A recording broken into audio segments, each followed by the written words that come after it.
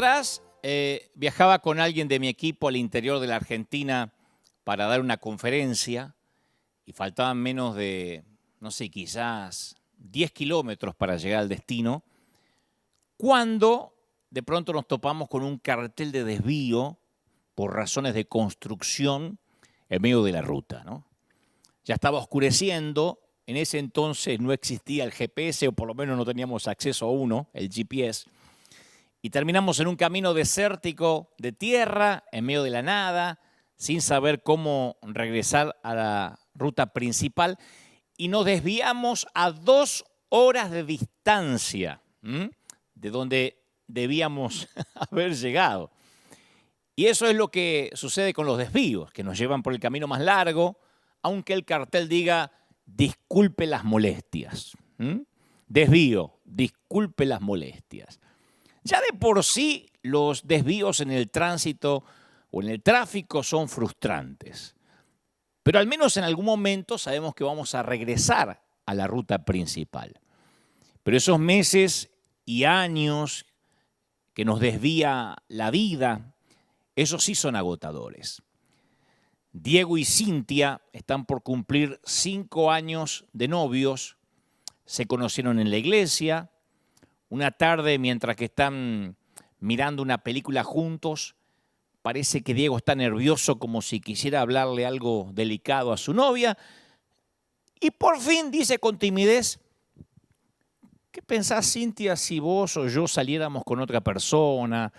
Esto de querer casarnos tan pronto, no sé, me da un poco de miedo. Y ahí se entera Cintia de que su novio ya salió con otra persona.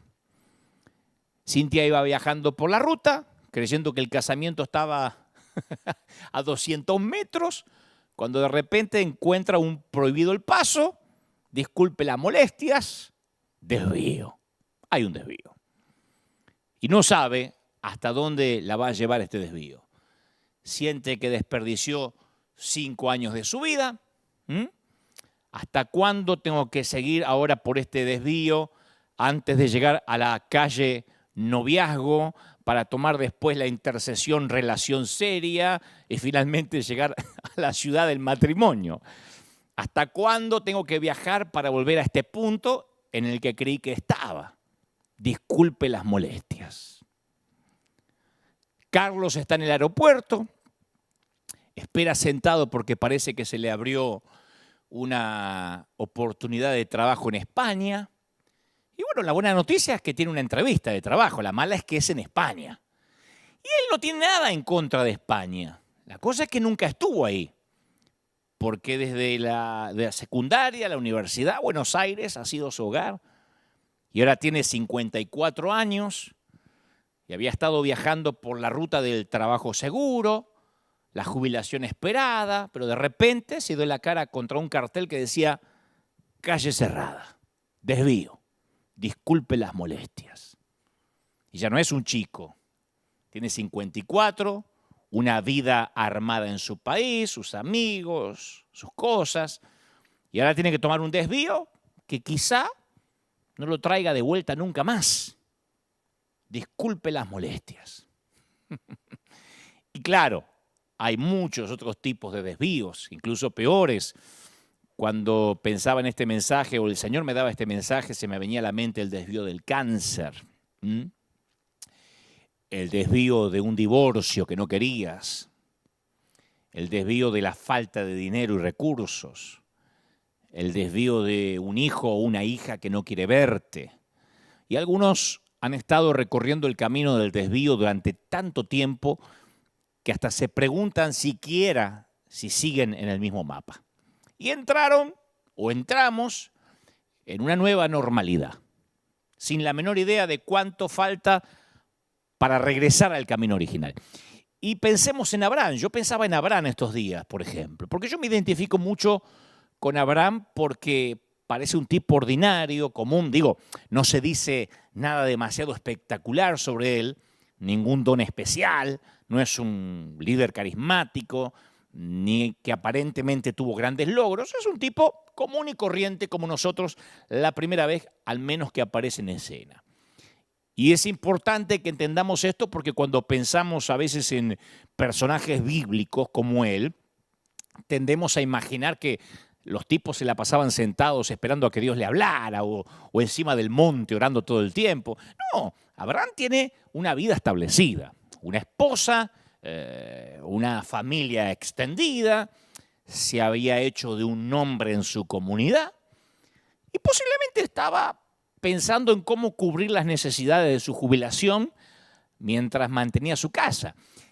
Y a mí se me ocurre que es posible que haya sido durante una de esas noches sin poder dormir, que piensa cómo me voy a jubilar y cómo voy a pagar mi casa, en que Dios interrumpió su vida y le dice en Génesis 12:1, vete de tu tierra y tu parentela, de la casa de tu padre, a la tierra que te mostraré. Y en otras palabras, Dios le dice, anda saliendo y vemos qué pasa. Porque no le da más información, ¿no? Si hay algo creo que puede llevar a nuestros hijos a la cima de la frustración es escuchar a sus padres decir las temibles palabras, vamos a ver qué pasa. Yo las odiaba, esas palabras, esas frases eran odiosas para mí. Aparte era la frase que mamá usaba para no comprometerse demasiado, ¿no? Yo decía, mamá, mañana vamos al zoológico. Qué sé yo, pueden pasar tantas cosas de acá hasta mañana. No, pero vos me dijiste que vamos al zoológico y vamos a ver qué pasa. Mamá, ¿me vas a comprar la zapatilla nueva? Qué sé yo, vamos a ver qué pasa. Papá, ¿vamos a salir a pescar? Qué sé yo, vamos a ver qué pasa. Entonces, yo pienso que mis padres debieron ser políticos, porque nunca se comprometían con nada. Claro, los chicos quieren saber ahora. Y la realidad es que a los adultos tampoco nos gusta la ambigüedad, ¿no? No nos gusta lo desconocido. Queremos saber qué va a pasar, queremos saber cuándo va a pasar y qué tenemos que hacer para asegurarnos que pase rápido, ¿no? Por eso, yo cuando pienso en Abraham, de alguna manera Dios le dice, Abraham, toma este desvío y vamos a ver qué pasa, ¿no? ¿Cómo vamos a ver qué pasa? Yo me imagino a Abraham diciendo, ¿cómo vamos a ver qué pasa? Estamos hablando de mi vida. ¿Cómo? Mudate a salir de la tierra y la parentela. ¿Cómo vamos a ver qué pasa? Y yo pienso que quizás tal vez alguna vez te viste obligado a abandonar esa ruta conocida, la que estaba llena de carteles señaladores, la que tenía las gasolineras, las estaciones de servicio, y tomaste un desvío. Y ahora capaz que estás en una situación en la que no sabes dónde vas. Tal vez oraste, Señor, ¿cuándo mi matrimonio va a ser más fácil? ¿Por qué se me hace tan difícil? ¿Cuándo se va a facilitar esta relación? O tal vez dijiste, Dios, ¿cuándo podré irme a dormir en la noche sin preocuparme por la plata? Harto de todas las noches pensando cómo voy a pagar mañana. Harto de mirar el calendario y no poder disfrutar que vienen las vacaciones, por ejemplo, sino que estar pensando, uy, se vence esto, se vence aquello lo voy a pagar una vez que se venció, esta luz no me la van a cortar, ¿cómo hago para pagar los impuestos? Hartos de acostarme y pensar cuándo voy a tener dinero. No pretendo que me sobre, pero por lo menos para pagar lo básico. Otros dicen, Señor, ¿cuándo vamos a tener un bebé? Se nos está pasando la vida. Los trámites de adopción son un parto, literalmente. Peor que un parto, porque el parto dura, obviamente, lo natural, pero los trámites de adopción pueden extenderse meses, años. Entonces ni puedes ni adoptar y aparentemente no puedes concebir. Otros dicen, ¿cuándo conoceré a alguien que me ame y con quien pueda compartir mi vida? Me siento solo, me siento sola, no sé si tengo la capacidad de amar. Otros dicen, Dios, ¿cuándo voy a recuperar mi salud? Ya ni me acuerdo lo que era levantarse en la mañana y sentirse sano. Y tal vez la única respuesta a todas esas preguntas es, vamos a ver qué pasa. Vamos a ver qué pasa, como decían mis viejos. Si es así, probablemente tengas una idea de cómo se sintió Abraham. Y sin embargo, a pesar de las ambiguas que fueron las órdenes de Dios, Abraham obedeció. Ahora bien, Abraham obedeció como Dios le dijo, ¿no? Hizo lo que Dios le dijo que dijera. Yo supongo que pensó, bueno, si tomo el desvío que Dios me dice, si salgo de mi tierra y mi parentela, tiene que venir la recompensa, ¿no es cierto? Digo, Abraham debió haber asumido que una vez que obedeció y tomó el desvío, en cuestión de días retomaba la ruta original. Porque es así lo que pensamos la mayoría de nosotros, que así es como Dios opera, ¿no? Dios llama, nosotros escuchamos, obedecemos. Y bueno, y las bendiciones de Dios comienzan después a bajar del cielo. Porque estás convencido de que obedeciste en tomar el desvío. Ahora espera que Dios haga su parte y bendiga tus planes. La mayoría pensamos así. Pero mirá lo que le pasó a Abraham después de haber obedecido a Dios. Dice la palabra, hubo entonces hambre en la tierra. Y descendió Abraham a Egipto para morar allá, porque era grande el hambre en la tierra. Entonces, en otras palabras, Dios le dice, desvío, disculpe las molestias. Uno piensa que los desvíos vienen sin molestia, pero por algo en los carteles ponen desvío, disculpe las molestias. Abraham escuchó, obedeció y se desvió. Pero Dios no lo bendijo. Digo, por lo menos de manera inmediata. Es más, lo que le ocurre a Abraham es una calamidad, una hambruna severa que lo obliga a moverse otra vez y a Egipto, que estoy seguro que no eran los planes iniciales.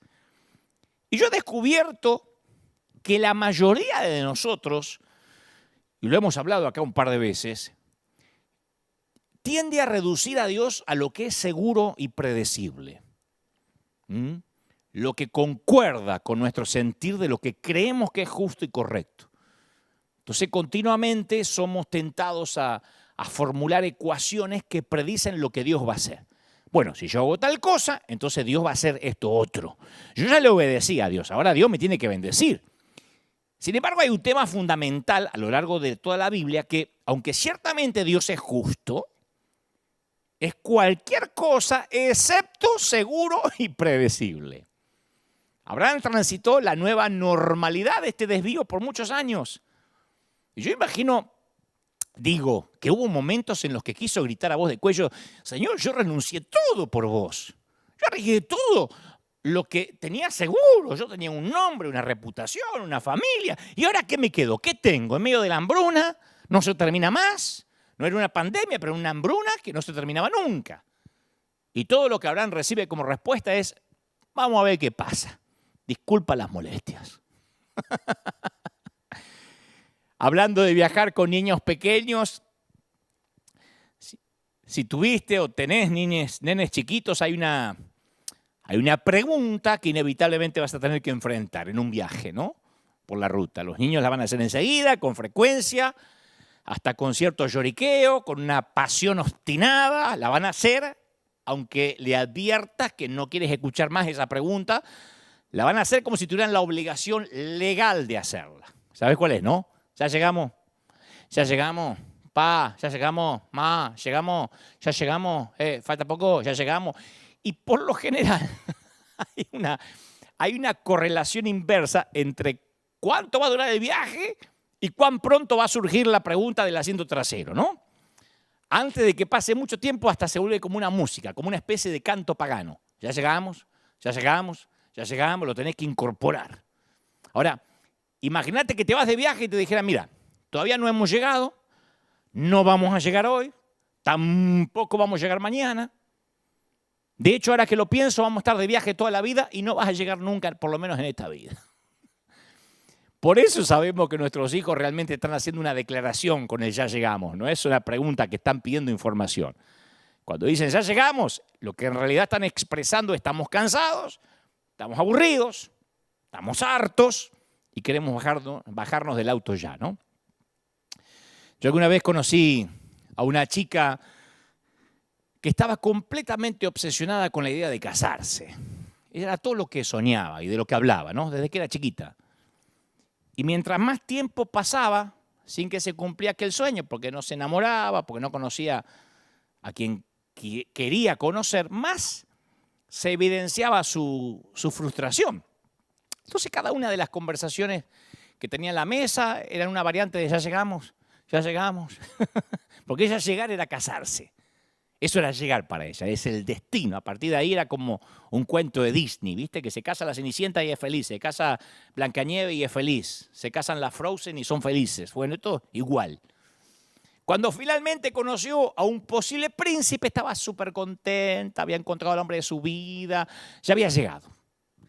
A los pocos meses, después de la boda, los que lo aquellos que la vimos en la iglesia, se le veía la desilusión en el rostro de la muchacha. Era evidente que su sueño no estaba a la altura de lo que pensó que iba a ser. No sé qué pasó ahí, pero no era que venía con cara de feliz cumpleaños. Entonces, ¿qué sigue? Bueno, se obsesionó con la idea de tener un hijo.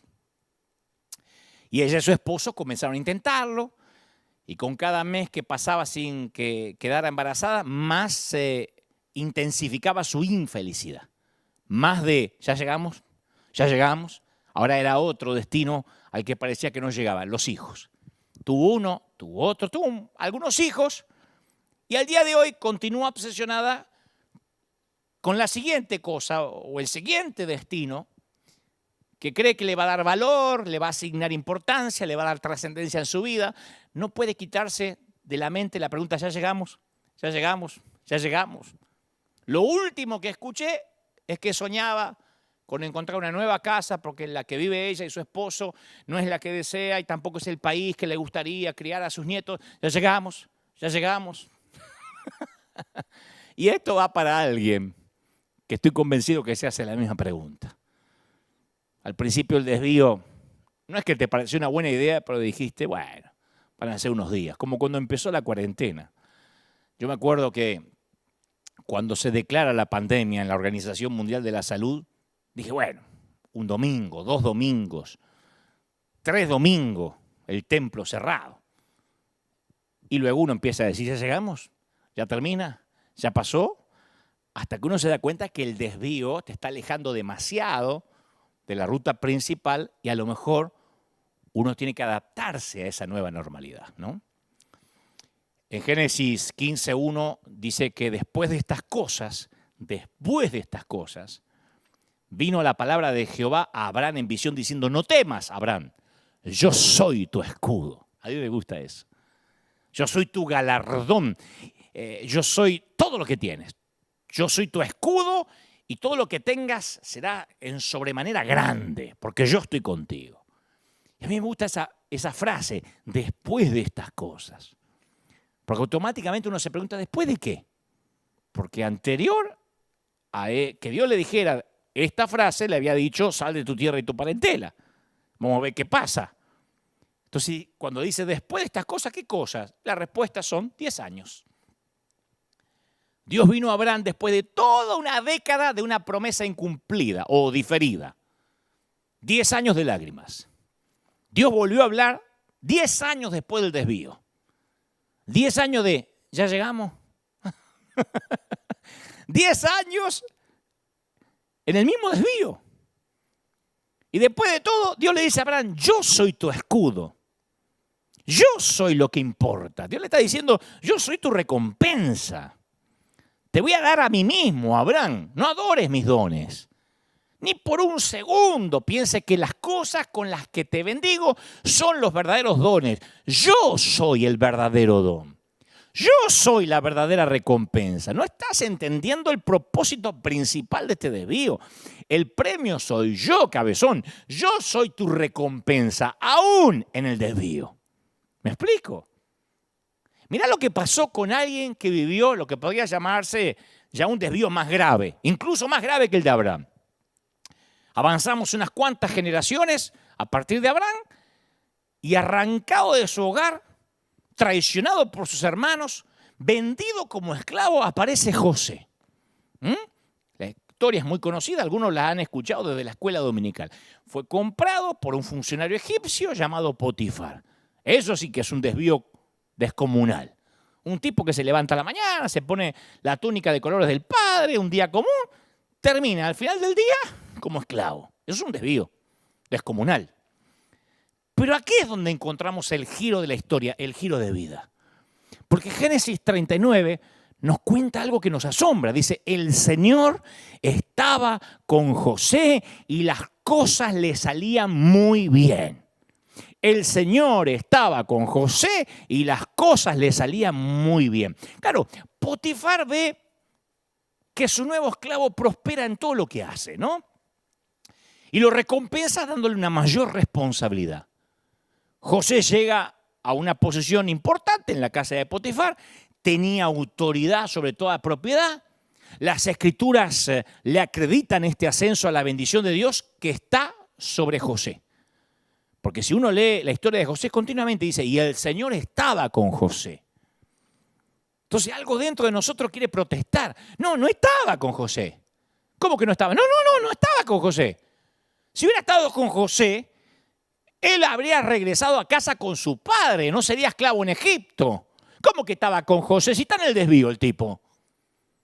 Ahí es cuando la realidad se pone perturbadora. Porque muchas veces Dios decide venir a nuestro encuentro con su bendición en un lugar donde no queremos estar, en la calle de tierra, en el desvío. Dios bendice en el desvío. Estamos. Dios bendice en la nueva normalidad. Alguien tiene que oír esto. Dios bendice en la nueva normalidad. No hay que esperar que se termine la nueva normalidad para que Dios empiece a bendecir. No hay que esperar que el virus se vaya para que Dios nos empiece a bendecir. Dios estaba con José en el desvío, durante el desvío, como estuvo con Abraham, para demostrarle que era su escudo. Muchas veces el lugar de bendición no es el lugar que elegiríamos, nuestro lugar preferido. Y al leer sobre la prosperidad de José en casa de Potifar, hay que prestar atención a dos niveles de fidelidad que implica este relato. Porque nos impacta el hecho de que Dios fuera fiel durante el desvío de José, pero también la fidelidad del mismo José en el desvío. José también fue fiel en el desvío. No es un tema menor. Recordad que podemos salir de esta nueva normalidad de una de las dos condiciones, de dos maneras, una de dos maneras. La decisión es nuestra. Nosotros decidimos cómo nos posicionamos en este desvío. Podemos cerrar el corazón como lo hicieron los israelitas o abrirlo como hizo Moisés. ¿Qué hizo José? Decidió cooperar con Dios en este desvío. Decidió cooperar. En medio del dolor, en medio de la traición, la tristeza de echar de menos su papá, su hogar, José abrió su corazón para recibir la bendición de Dios. ¿Dónde? En el desvío. Observa que la fidelidad de Dios no se manifiesta en forma de misión de rescate. Porque pudo haber dicho Dios, yo voy a ser fiel con José y lo voy a rescatar, lo voy a eyectar y lo mando de vuelta con el Padre. No, Dios no saca a José del desvío. José pasa, si no sabes la historia, pasa allí mucho más tiempo. Es más, José nunca saldrá del desvío. José nunca saldrá de esta nueva normalidad. José nunca regresará a la ruta original por la que viajaba en su vida. José morirá en Egipto. Y antes de morir pedirá que sus hijos lleven sus huesos de regreso a Canaán y allí los sepulten. Pero vivo no sale del desvío. Voy a decir, pero eso no me alienta. No, lo que te quiero decir es que Dios es fiel en el desvío y a lo largo del desvío, pero no quita a José de ese desvío. ¿Estamos? Dios es fiel durante. Necesariamente no lo quita del desvío. Entonces la pregunta es, ¿y si Dios quiere estar presente y ser fiel en ese desvío que estás viviendo?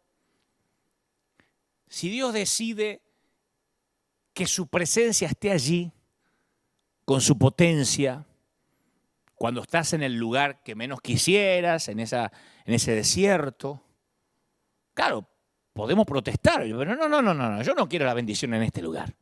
Yo la quiero en otro lugar, la bendición.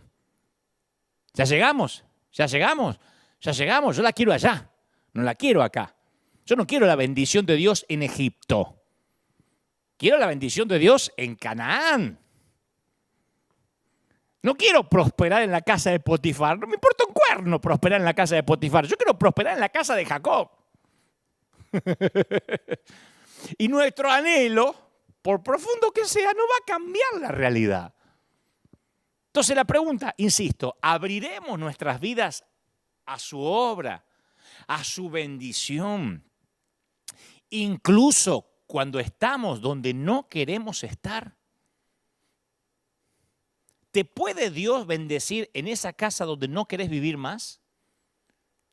¿Dios puede estar con vos en esa ratonera que te tienen en el trabajo, donde ni siquiera te puedes mover, no te aumentan, y donde cada vez que querés ver a tu jefe se te revuelven las tripas? ¿Puede que Dios esté con vos ahí? Porque Dios estuvo en el desvío con José. Y José es fiel, es diligente en sus tareas en la casa de Potifar. Se aplica, aunque es obvio que en su corazón sufre. ¿Cómo no? Echa de menos su hogar. No nació y dijo, mi sueño es ser esclavo. Yo puedo imaginar la tentación de José cuando lo llevan a la casa de Potifar de decir, mira, yo no nací para ser tu asqueroso esclavo. Yo soy el hijo preferido de un nómade rico de Canaán. Vamos a ver la ropa que tengo. Yo me he visto con Armani, me he visto con Hugo Boss. Tengo hasta túnicas de colores que mis hermanos ni siquiera van a soñar tener. Esto es un desvío, yo no pertenezco a este lugar.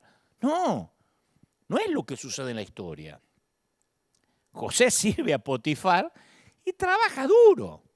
Y esto es algo importante, parece infantil, pero en nuestra normalidad, o en esta nueva normalidad, en el desvío, a veces sucumbimos ante la tentación de querer evadirnos.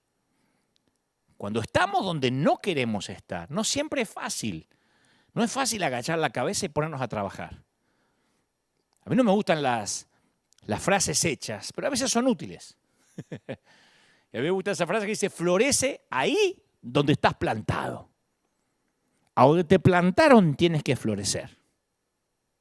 De hecho, la Biblia dice, nadie comerá de fruto de la tierra si no la bendice primero. Y es uno de esos refranes repetidos 1000 veces, pero es cierto. Tenemos que florecer donde Dios nos plantó, porque ahí estás, al menos por ahora. Cuando yo le hablaba a nuestra congregación, siempre decía a los inmigrantes, ya sean documentados o ilegales, bendice la tierra donde estás ahora. No puedes estar en Estados Unidos diciendo, no, es que mi tierra sigue siendo México, mi tierra sigue siendo Argentina. Bendice la tierra donde estás porque no vas a comer de su fruto. Por ahora te toca acá. Capaz que podés volver, capaz que no, pero por ahora esta es la tierra que te toca. Si no, uno vive con mente de inmigrante, vive la vida sin desempacar. ¿Viste cuando uno va a un hotel y sabe que tiene que salir al otro día temprano porque tiene una conexión aérea? Uno no desempaca, no llena los cajones con ropa. Abre la maleta y va picoteando ahí la ropa que necesita. Pues no se puede vivir picoteando los calzones y las medias con la maleta abierta y nunca desempacar en la vida. No, porque mi corazón no está acá. Hay un momento que uno tiene que bendecir el sitio donde Dios lo planta. Vos decís, pero yo no me quiero morir acá. Y yo tampoco quiero morirme en un desvío. Pero podemos desperdiciar semanas y meses deseando ser alguien más o vivir en otro lugar, pero mientras se nos va entre los dedos este tiempo precioso. No perdamos el milagro de ser nosotros. Nadie quiere una pandemia. Nadie quiere vivir en cuarentena. Pero no perdamos este tiempo del desvío, donde estoy seguro que Dios quiere que en este tiempo seamos bendecidos. Ser fieles con Dios y Dios sigue siendo fiel con nosotros. Entonces a veces nos perdemos el cooperar con Dios en este tiempo en que Él quiere transformarnos. Vos recordad que los israelitas se endurecieron ante la disciplina de Dios en el desierto. Se resistieron a que Él obrara en ellos. ¿Y qué se perdieron? Se perdieron la transformación que Dios tenía reservada para ellos. Ahora, ¿qué cosa es peor que ser esclavo en Egipto? Volviendo a José. Vos decís, pobre tipo. Bueno, o una cosa peor es ser esclavo en Egipto y además preso. No te iba a aburrir con la historia, pero algo pasa en la casa de Potifar, con la esposa de Potifar, que lo acusa, y el tipo no solo es esclavo, sino que va a parar a la cárcel. Génesis 39:20 dice, pero aún en la cárcel el Señor estaba con José y no dejaba de mostrarle su amor. Hizo que se ganara la confianza del guardiacárcel, el cual puso a José a cargo de todos los prisioneros y de todo lo que él hacía. Como el Señor estaba con José, dice otra vez las Escrituras, le hacía prosperar todo lo que hacía. El tipo tenía favor hasta en la cárcel. El guardia de la cárcel no se preocupaba de nada de lo que dejaba en sus manos. ¿Por qué? Porque el Señor estaba con José. Vuelve a narrar las Escrituras. Pues si no, a ver. Esto es diferente a lo que me predican siempre en la iglesia, porque si está con José, lo saca de la cárcel. ¿Entendés? No. Si Dios está con José, ¿qué hace preso? Que Dios esté conmigo, que me saquen de la cárcel, que me perdone el Señor, lo acusamos injustamente, la loca que se le insinuó ya está presa y usted va a ser restituido. No pasó eso. Pero el favor de Dios estaba en la nueva normalidad. Dios estaba con él. ¿Lo ves? El guardia de la cárcel le da a José mayor responsabilidad, autoridad, hasta que prácticamente todo estaba en sus manos. El que tiene favor de Dios, a donde vaya, como vaya, con techo, sin techo, comprando, alquilando, viviendo de prestado, le va bien. Una vez más Dios es fiel y una vez más José es fiel en el desvío. Es fascinante, porque uno dice, no, ¿cómo si Dios no lo sacó? No, Dios es fiel ahí en la cárcel. José abre las manos para recibir la bendición de Dios mientras está en la cárcel, sencillamente, porque ese es el lugar en el que está. Es como que yo te voy a visitar al hospital y te pregunto, ¿cómo estás? Y me decís, mirá, me duele acá, me duele allá, pero ¿estás bendecido? ¿Cómo me vas a preguntar eso? Estoy en el hospital. ¿Y? ¿No se puede tener favor de Dios en el hospital? Te están desalojando porque no podés pagar. Estás con todos los muebles en la vereda, en la calle, viendo dónde vas a ir a parar. Yo te digo, ¿y? ¿Estás bendecido? Pero me está faltando el respeto, ¿no ves que no tengo dónde vivir? ¿Y qué? ¿No puedes tener favor de Dios? ¿No puede ser Dios fiel en la nueva normalidad? Dios no rescata a José del desvío de la cárcel de manera inmediata, sino más bien parece que lo está rescatando mientras está ahí.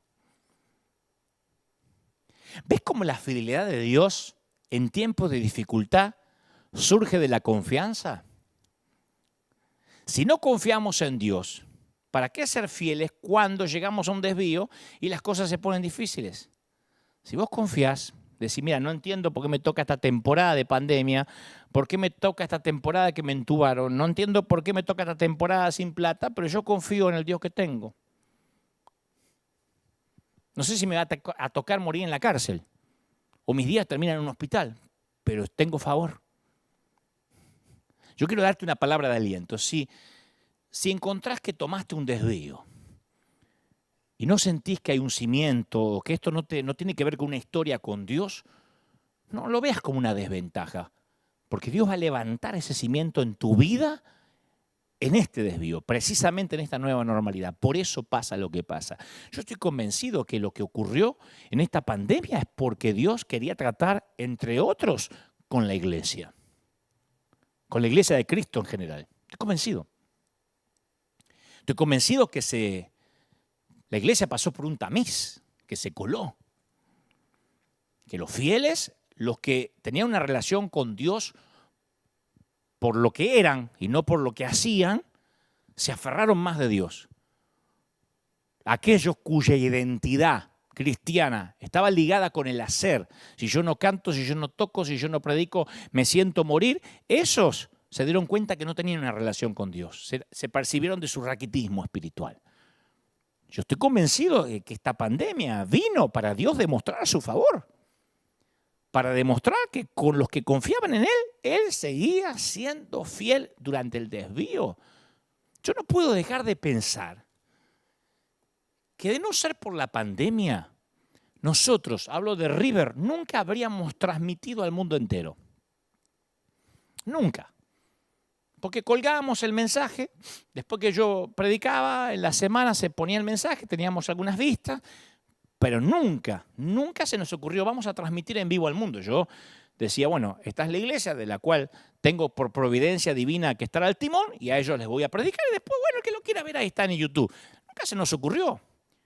Nuestra iglesia se mantenía como la mayoría con los servicios dominicales y eso no bastaba para subsistir como congregación y afectar a nuestra ciudad. Pero la pandemia dio inicio a una serie de acontecimientos que irreversiblemente dieron inicio a otros sucesos. Fue un efecto dominó. Y te digo una cosa, ni en el mejor de nuestros sueños habríamos pensado que una iglesia hispana como la nuestra tenía la capacidad de enviar más de 6 millones de dólares en ayuda al resto del mundo durante el 2020. Dios sabe con qué corazón cuento esto. Alguno puede decir, ¡ay, qué agrandado! Está haciendo alarde. No, esto es alarde si fuera que los sacamos de las cuentas bancarias propias, privadas. Teníamos ese dinero guardado y lo repartimos. No, esto es crédito a Dios. Nosotros teníamos para sobrevivir con el edificio cerrado 2, 3 semanas. De repente empezamos a vaciar nuestras tinajas y el aceite empezó a venir. Y Dios dijo 12 canastas llenas. Y en términos metafóricos esas canastas empezaron a rebosar. Más venía, más sembramos. A la fecha, yo te dije nada más que el 2020, a la fecha llevamos casi 7 millones de dólares en ayuda al resto del mundo. ¡Una iglesia hispana! Dudo que alguna iglesia gringa haya invertido eso durante la pandemia. La mayoría trató de ahorrar, de pedir préstamos al gobierno, de cómo le pagamos a la plantilla de empleados. Nosotros dijimos, vamos a sembrar. Y no porque seamos mejores, sino porque creímos como niños. Y yo me he preguntado a veces si todo eso hubiese ocurrido sin los desvíos que nos obligaron a cerrar el edificio temporalmente. Para nosotros el desvío de la pandemia fue lo mejor que nos pasó en toda nuestra vida ministerial. No es a expensa de los otros, fue el proceso que Dios usó para demostrar que es fiel y que nosotros también nos mantuvimos en esa fidelidad.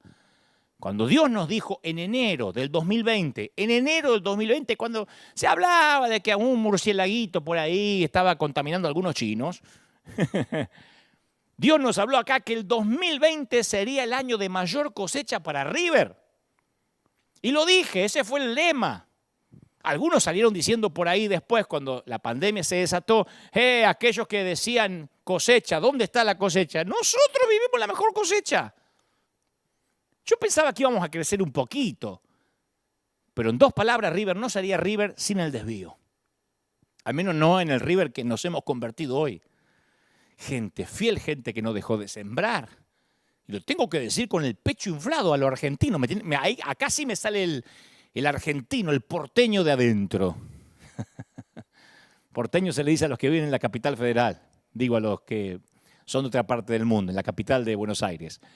Acá me sale el argentino de adentro, porque, digo, nuestra iglesia se mantuvo fiel, sembró, aumentamos en las finanzas, se sumaron miembros virtuales desde todo el mundo, empresarios enviaron dinero, sigan ayudando, sigan bendiciendo. Nació el proyecto Honra, empezamos a construirle casas, refaccionarle las casitas a los abuelos en distintas partes del mundo, amueblamos 3 a 4 casas completas con muebles y electrodomésticos a estrenar todas las semanas aquí a nuestro alrededor. Enviamos dineros y finanzas a todos los países, incluso Europa. Mantenemos obras misioneras en África, en la India. Es increíble lo que Dios nos permitió hacer y eso no hubiese sucedido sin el desvío. Te lo estoy contando para que te alientes. Ya nos había pasado cuando la Catedral de Cristal se vendió y el ministerio anglo dijo, vayan con Dios. Claro, nosotros éramos el departamento hispano de la Catedral de Cristal. Y nos mandaron con una estampilla en la nuca. Y fueron 3 años de desvío. De deambular por hoteles, por salones. No había una iglesia que nos quería alquilar o rentar. Y yo pensé, no vamos a volver más al camino original. No había manera. Gastamos una fortuna cada fin de semana alquilando, rentando un hotel. Yo dije, no podemos ahorrar ni un peso para poder comprar un localcito. Pero sin aquel desvío, hoy seríamos un departamento hispano y no una iglesia independiente con su propio edificio, con su propia arena, porque este edificio es nuestro. El desvío es para mostrar el favor de Dios. Alguien tiene que decir amén. Israel se estaba preparando para salir de viaje. Te hablé de Moisés, te hablé de José, termino con Israel. De acuerdo a lo que Dios le describió a Moisés, consistía en dos partes.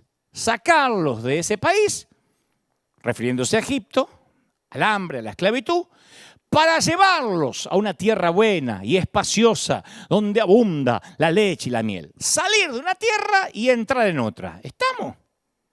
Pero no esperaban los tipos que iba a durar tanto.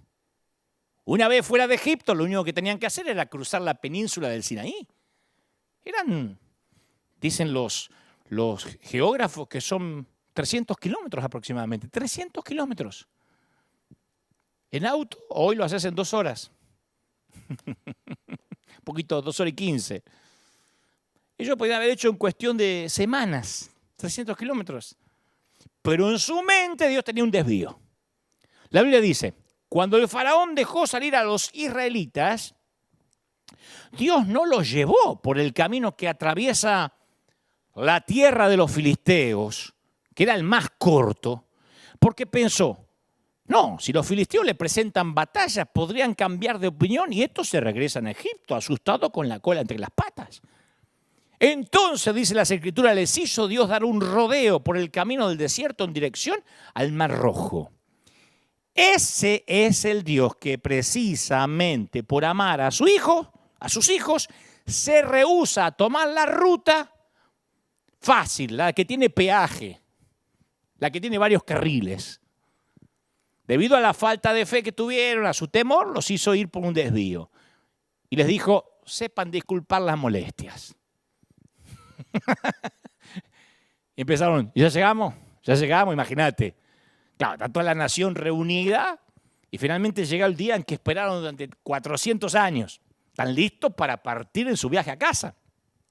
Ninguno de ellos estuvo en ese lugar antes, pero no les preocupa la ruta, porque frente a ellos, ¿sabe lo que hay? Hay una columna de nube y una columna de fuego. Y uno le dice al otro, che, es el mismo fuego que ardió en la zarza para Moisés y ahora está ardiendo para nosotros. Mirá el GPS, mirá el GPS que tenemos. Pavada de GPS tenían los israelitas. La columna empieza a moverse doble a la izquierda. Tal vez hablaba, ¿viste? Como mi GPS, que es una gallega, que me dice, pues doble a la derecha, pues que no sea bruto, ponga el stop, ponga la luz de giro. Bueno, yo creo que el GPS la gente dice, vamos a seguir el GPS de día la nube y de noche la columna de fuego. Y de pronto se da cuenta la gente que la columna va por el camino equivocado. La tierra prometida queda para el nordeste, la columna se está dirigiendo al sur. Entonces uno dice, no, el GPS tiene un problemita direccional, no lo ajustó Moisés. Entonces la gente piensa, ya llegamos, ya llegamos, ya llegamos. ¿Y Moisés qué crees que respondía? La frase que después copiaron mis viejos es, vamos a ver qué pasa. Vamos a ver qué pasa. ¿Seguirá la gente a Dios si no comprende cuándo se termina el desvío? La gente sigue siendo fiel, sigue ofrendando, sigue congregándose en sus hogares, sigue levantando un altar familiar si la pandemia se extiende. Vuelvo a Israel, ¿los seguirán a Dios aunque no parezca tener sentido lo que está ocurriendo? ¿Se mantendrán fieles en el desvío de Dios? Dios guía a su pueblo por caminos indirectos. No se mueve precipitadamente, nunca está apurado. Esa es una de las características que más nos irrita. Los menonitas tienen un refrán que dice, vivimos en el tiempo de la paciencia de Dios. La semana pasada un predicador decía, el Señor, sabiendo que solo tenía 3 años de ministerio, nunca lo vas a ver corriendo en la Biblia. A vos te dicen, che, tenés 3 años para el ministerio, para sanar, para liberar, y vos empezás a correr, no te da la agenda. Él siempre estaba caminando. Y ahí iba de camino. A Jesús se la vida siempre caminando. Nosotros somos los que queremos correr. Y para Israel no era un pequeño desvío. Iban a pasar 40 años por camino de tierra o de arena. Y muchas veces esa normalidad por el desierto se inicia con algún acontecimiento, una relación que se destruye, un hijo que se rebela, una hija pródiga que abandona el hogar. Tienes que soportar un desastre financiero. Capaz que acaricias un sueño durante años, Anhelas el día en que se haga realidad y de pronto un día te das cuenta no solo que el sueño no pasó, sino que tampoco va a pasar. El sueño se muere y vos también un poco. A veces el desierto aparece sin razón aparente, el desvío, disculpe la molestia, te aparece de golpe. Y ahí hasta la fe se te hace difícil. Orás, derramás tu corazón delante de Dios y no hay respuesta. Le hablo a todos aquellos que cuando oran no tienen sentido de cercanía, no encuentran consuelo en las Escrituras. Estás confundido y te preguntás ¿por qué? Porque no obtenés respuesta. Tu espíritu y tu alma se sienten áridos, estériles. ¿Sabes por qué? Porque no solo estás en el desierto, sino que el desierto está dentro tuyo. La arena se te metió en el alma. Es el polvo de la calle. Es el polvo de la calle de tierra. Es el polvo de la arena del desvío. Y en el desierto lo único que tenemos que hacer es aferrarnos a la promesa. Dios no se olvidó de vos. Él no te abandonó. Él lleva a sus hijos por los desvíos. Él no tiene apuro. Así como Jesús caminaba, eso refleja el carácter de Dios Padre. Dios está obrando en las rutas indirectas del desierto en formas y maneras que no podemos entender.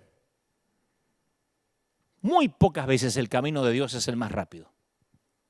Raras ocasiones es el más fácil, pero siempre es el mejor camino.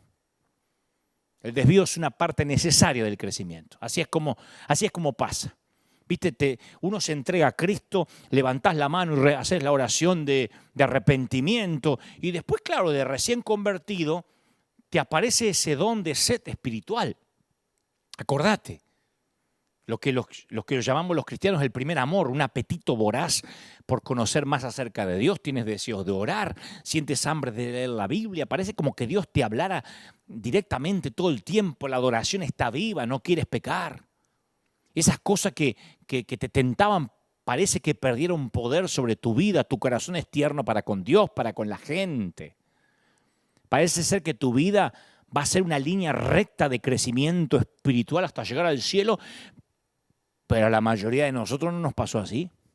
Para la mayoría de nosotros las cosas en algún punto del camino, ¡pac!, desvío, disculpe las molestias. Y lo que una vez fue fácil, agradable, sencillo, ahora se vuelve trabajoso, agotador o no. Un día te das cuenta que te cuesta horrores orar. No, es que no me puedo concentrar, pero te ves 8 capítulos en Netflix, de lo que sea. Oramos con menos frecuencia y cuando lo hacemos ya no tenemos ese sentido de emoción. Se nos hace difícil sentir la presencia de Dios como la sentíamos. Antes por ahí nos pasábamos horas de rodillas. Ahora la Biblia nos parece tediosa. Nos vienen dudas, confusiones, tentaciones que creíamos haber vencido vuelven a parecernos apetitosas. Y en ocasiones estamos adorando y vemos a otros que están llorando, recibiendo y nosotros no se nos cae una lágrima. ¿Pasaste por algo así? ¿Estás pasando por algo así? ¿Experimentando la sequía espiritual? Entonces nos preguntamos, ¿y por qué Dios permite que esto suceda? ¿Por qué no puede ser fácil como al principio? ¿Por qué el desvío? Es parte del crecimiento. Mira, mi primera bicicleta era grande, pesada, porque nosotros no podíamos llegar a una famosa en Argentina que se llamaba Aurorita. Una grandota allí que mi viejo usaba para ir a la feria. Con esa tuve que aprender. Y mi viejo le puso unas rueditas de entrenamiento que ni siquiera compró, se las inventó él. Así que yo no estaba muy listo para aprender solo y mi viejo me aguantaba de atrás así. El día que le sacó las rueditas, dijo, yo te voy teniendo de atrás porque no puedes andar con ruedita a esta altura de tu vida, ¿no? Y yo me sentí un profesional, pero la verdad que él iba atrás sosteniéndome. No podía montar la bici de verdad. Entonces un día mi viejo hizo algo raro. El tipo me soltó. Estaba andando en la bici y le digo, pa, menos mal que me tenés, ¿eh? Me doy vuelta, estaba remontando un barrilete con mi hermano, un papalote. Y me jugó sucio y hice, y me caí. Entonces mi viejo me seguía soltando y yo me seguía cayendo.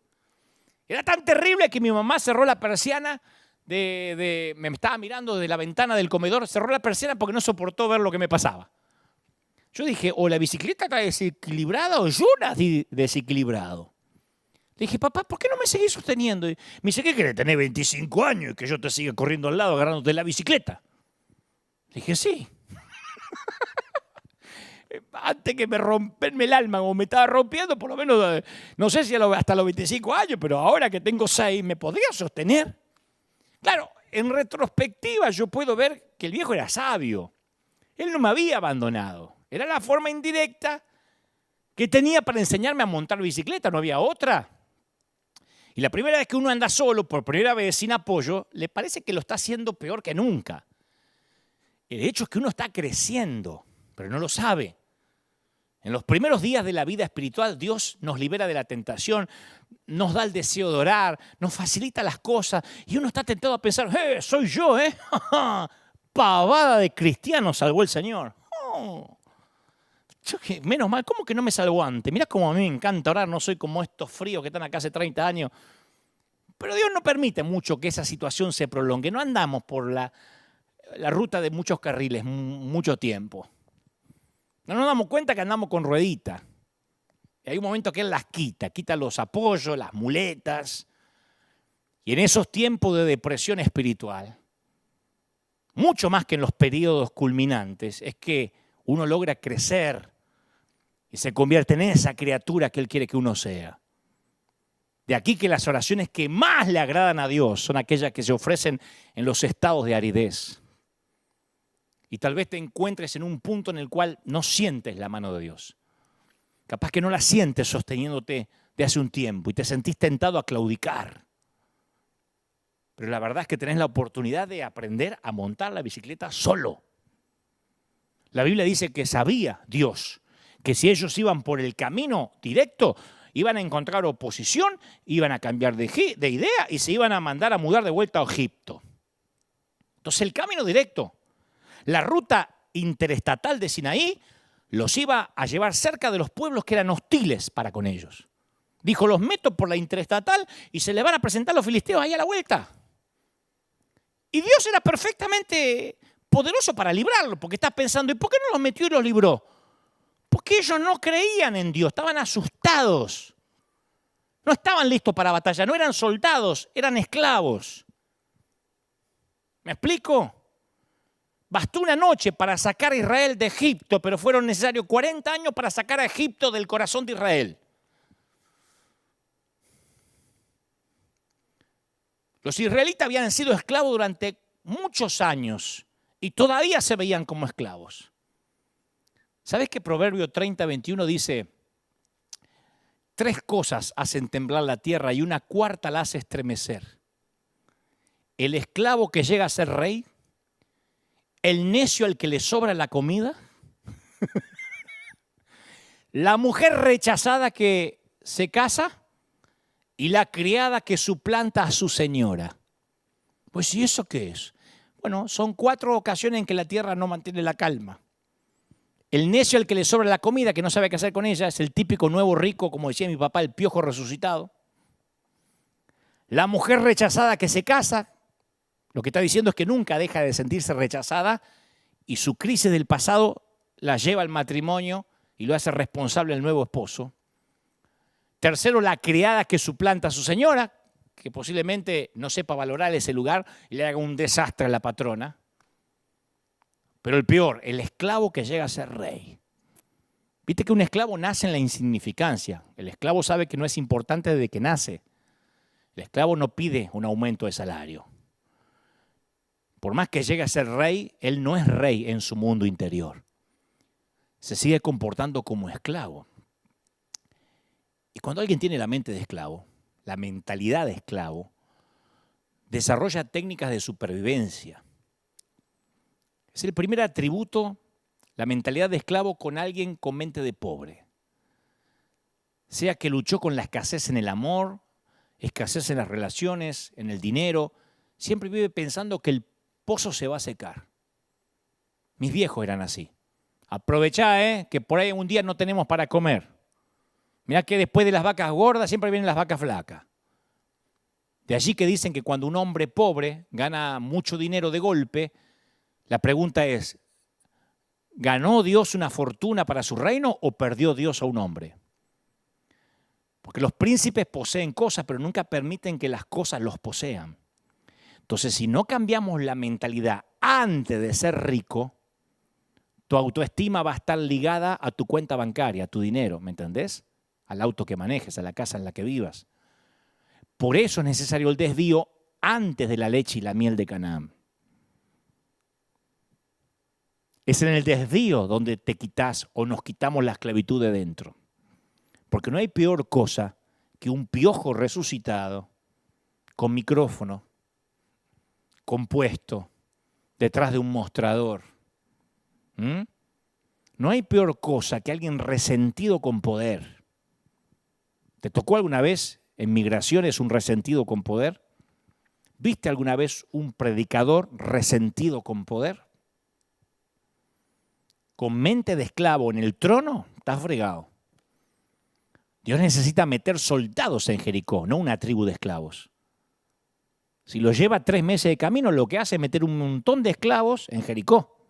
Y la misma esclavitud que está acá se mudó de lugar. Los esclavos en el trono, ¿sabe en qué se reproducen? En más esclavos. Entonces Dios tenía que tomarse un tiempo para desarrollar el valor y la fe de su pueblo. Porque es fácil, mi viejo, confiar en la tierra de leche y miel cuando hay leche y miel. No es difícil tener fe cuando las oraciones son contestadas, cuando los problemas se van, cuando tu suegra se muere joven, cuando a los nenes le crecen los dientes derechos, no necesitan aparato, cuando a tu jefe le caes bien. Pero el desierto, ¿qué hace? ¿Qué hace el desvío? ¿Cimenta fortaleza? A Dios no le preocupa tanto hacia dónde va su pueblo, por qué ruta va, sino cómo llegan hasta ahí. Él necesita soldados, no esclavos. ¿Qué pasó durante la pandemia? Y muchos pastores se dieron cuenta que no tenían miembros, que tenían esclavos. Esclavos dependientes de la palabrita, del dígale al que está a su lado, de que lo controlen qué canción cantan, a dónde van, a qué iglesia visitan. Tenían esclavos. Porque el soldado piensa diferente al esclavo. El soldado dice, no, vamos por la ruta directa. No, pero hay filisteos. Vamos. Mirá si yo voy a dar vuelta 40 años por miedo a los filisteos. Pero claro, el esclavo no puede pensar así. El esclavo dice, de mal en peor nos orinó un dinosaurio. A José se le prometió ser un gran líder. Murió sin poder volver a casa. Moisés sacó de Egipto los restos de José. José supo lo que era morir en un desvío. David fue ungido rey de Israel y después se convirtió en un fugitivo sin hogar que vivía en cuevas para escapar de un rey hostil que lo quería matar. David supo lo que era vivir en el desvío. Daniel, talentoso, fiel, acabó en el exilio, en una tierra extraña, echado en un foso con leones. Dios estaba con Daniel, pero en la nueva normalidad. ¿Por qué Dios no lo eyectó? ¿Por qué Dios no liquidó al león? Porque Dios estaba con él en la nueva normalidad. Entonces nos volvemos fuertes cuando damos gracias a Dios durante el desvío. Nuestro alma se vuelve poderosa cuando estamos en medio del desvío y no obstante decimos, no, voy a regresar a Egipto, voy a ser fiel. El desvío es cuando más amados nos sentimos. De verdad te digo, por extraño que parezca, ¿no te sentiste más amado que nunca por el Señor durante esta pandemia? ¡Cómo te ama el Señor, princesa! Es una oportunidad única para experimentar la profundidad del amor de Dios. Claro, cuando todo va bien, cuando tenemos gozo, grito de júbilo, la tentación no nos perturba, estamos triunfando en el ministerio, es una cosa. Pero en lo que dura el desvío, Dios habla a nuestro corazón de una manera más profunda. En un desvío, no sabe lo que son estas palabras. Aún te amo. Es que no estoy orando hace meses. No podré amarte más de lo que te amo ahora. Todavía te quiero, mi hijo. Todavía te quiero, chiquita. ¿No lo aprendiste? Eres el objeto de mi amor eterno. Eres amado. Bienvenido a River, eres amado. Claro, que nos amen cuando nos sentimos adorables es bueno, pero que nos amen cuando nos sentimos feos, difíciles de amar, eso es vida. Para alguien que se está muriendo, eso es vida, eso es gracia. El desvío es el lugar donde aprendo a vivir por el amor de Dios. Los tiempos en el desierto son aquellos en los que no consigo el aumento, la casa, la pareja, la salud que deseo. Entonces descubro que sí amo a Dios por lo que Él es, no porque me da miel y leche. ¿Estamos? El desierto fue diseñado para ser un lugar en el cual Dios está presente con su pueblo, que lo conozcan, que confíen en Él. El desvío está en el plan de Dios para que la gente aprenda a amarlo, para que sea un tiempo idílico con Él. ¡Ay, el tiempo que estábamos a solas con Dios! Era un tiempo de luna de miel. El desvío es un tiempo en que el novio saca a la novia de la ruta y dice, vamos a contemplar la luna. No, pero no me quiero desviar. Pero este es un tiempo privado. Claro, el desierto no es la tierra prometida, la vida no es fácil. Esos 40 años era una expresión de juicio, pero hasta el juicio de Dios está lleno de amor. El desierto no debió ser un lugar de dolor, sino de amor. No había que construir ciudades, no había batallas para ganar, solo Dios y sus muñecos de trapo. En esta pandemia es solo Dios y sus muñecas de trapo. Solo Dios y su gente rota. Él los alimentaría a esos muñecos de trapo cada mañana, los protegería cada noche. La intención de Dios era que el desierto fuera una vida más allá de lo que hacían para Él. Igual que la pandemia, Dios quiere demostrarte que te ama por lo que eres, no por lo que haces, ni por lo que hacías en el ministerio. Esto va para alguien que tomaba identidad de lo que hacía. Y ¿sabes? Cuando pasas lo peor, no me digas que no. Cuando pasaste lo peor hay una cierta paz. Porque cuando uno sobrevive más allá del dolor, más allá de toda esperanza, ahí en el desierto, es que por primera vez divisamos lo que es amar a Dios de verdad. Uno ama a Dios profundamente cuando tiene que dejar ir todo. Y no hay nada más lindo que amar a Dios sin considerar por qué. No hay nada más lindo que alguien te diga, ¿y por qué la amas a esa chica? ¿Qué sé yo? Yo la amo. Pero si no tiene donde caerse muerta, qué sé yo. ¿Y por qué lo amas a ese? Lo amo. Lo feo es cuando alguien te saca la listita del supermercado, ¿viste? Y lo amo porque tiene un auto, porque estudió, porque sus padres me caen bien, porque tiene un perro. Lo lindo es cuando es amor puro.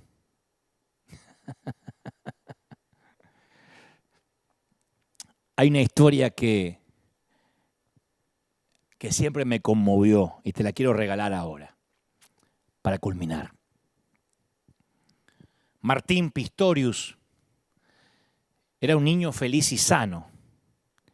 Y cuando el niño se quejó de un dolor en la garganta, nada podía vaticinar que pronto sus extremidades dejarían de funcionar y que su cerebro entraría en estado de coma por 3 años. Cuando finalmente despertó, Martín no pudo moverse y era incapaz de hablar. Su síndrome paralizó todos los músculos del cuerpo con una curiosa excepción, el movimiento vertical del ojo. Y Martín se redujo a un estado vegetativo. Los especialistas le dijeron a sus padres que Martín tenía 0 inteligencia, 0 conciencia. Estaban equivocados porque Martín sabía todo lo que pasaba, pero no tenía forma de probarlo. No tenía capacidad para comunicar sus pensamientos o sus sentimientos con el mundo exterior. Martín era un prisionero atrapado dentro de su propio cuerpo. Sabía todo y escuchaba cómo la gente decía es un vegetal. Lo dejaron abandonado en un centro de atención semana tras semana, mes tras mes. ¿Sabe cuánto duró el desvío de su salud? 13 años y medio hecho un fantasma. Él contaría después que cuando se le obligaba a comer alimentos calientes no podía decir cuánto le dolía. Cuando necesitaba ayuda ni siquiera podía llorar como un bebé. Y como pensaban que su nivel de inteligencia era el de un niñito pequeño, lo colocaban horas delante de un televisor con Barney y los Teletubbies. Y él era un testigo silencioso del mundo que lo rodeaba. Martín Pistorius se sentía impotente. Diría después, yo estaba completamente sepultado dentro de mi cuerpo. Era un niño fantasma. Y todos actuaban como que él no estaba, como que no existía, incluso su madre y su padre. Su padre llegó a decirle a su hijo postrado: hijo, voy a orar para que te mueras y dejes de sufrir. Algo que solo podemos entender ante el dolor de un hijo, ¿no? Que no sufra. Nadie pensaba que Martín estaba ahí, excepto una enfermera llamada Virna, que creía que Martín estaba más consciente de lo que nadie se había dado cuenta. Y Virna había visto un programa de televisión sobre una nueva tecnología que permitía a las víctimas del accidente cerebrovascular, que no pueden hablar, que se puedan comunicar con un dispositivo electrónico. Así que cuando ella lo vio, le susurró al oído de Martín: estoy seguro que podrías hacer algo así. Y la persistencia de Virna resultó beneficiosa. Fueron a un centro de comunicación alternativa de la Universidad de Pretoria. Utilizaron sensores infrarrojos que rastreaban el movimiento de los ojos, porque solo se le movía el iris del ojo. Y un médico le pidió a Martín que identificara imágenes en la pantalla, primero una pelota, un perro, un televisor. Y Martín utilizó la única cosa que podía controlar, el movimiento de los ojos, para identificar cada objeto. Más de 13 años después de contraer la enfermedad que lo atrapó dentro del propio cuerpo, de ese desvío, Martín aprendió a comunicarse mediante una voz computarizada usando un joystick. ¿Viste lo que se usa para los jueguitos? 2 años más tarde consiguió el primer empleo. Fue a la universidad. Comenzó su propia compañía. Se casó. Escribió un libro. Y lo hizo todo con un joystick. Mirá las imágenes. Casado, empresario. Claro, aún no salió completamente del desvío. Da charlas en TED, escribió libros, pero comprendió que había un propósito en esa nueva normalidad. Y yo sé que ahora hay gente así, mirándome, fantasma, tan desanimados, tan asustados, tan frustrados, tan metidos en el desvío. Incluso en la multitud te sientes solo. Tenés tus buenos días, pero son esporádicos. Y hoy necesitas saber que no estás solo. ¿Ya llegamos?, preguntás. ¿Y sabés qué es lo único que te puedo responder de parte del Señor? Él me dijo que te diga a tu pregunta de ya llegamos: continúa por el desvío hasta nuevo aviso. Yo te daré favor, dice el Señor, en la cárcel, en la cueva, en el desierto, incluso en el foso de los leones. Por cuanto los sirios han dicho: Jehová es Dios de montes y no Dios de valles, yo te entregaré esta multitud en tu mano para que conozcan que yo soy Dios. Sí, nuestro Dios es el Dios de montañas y de valles. Nuestro Dios es el Dios de las rutas interestatales y los desvíos. Así que, ánimo. Y vamos a ver qué pasa. Ay, por cierto, disculpa las molestias. Padre, gracias por este tiempo. He predicado y he hablado lo que creo me has puesto en mi corazón para este pueblo maravilloso. Sé que tienes mucho pueblo en esta ciudad. Sé que tienes mucho pueblo en los 5 continentes. Aún los que miran en vivo y los que luego verán esta cápsula del tiempo que quedará en internet, yo te ruego que a partir de esta palabra ellos puedan saber que tu mano no se ha cortado, que tu favor no se ha terminado.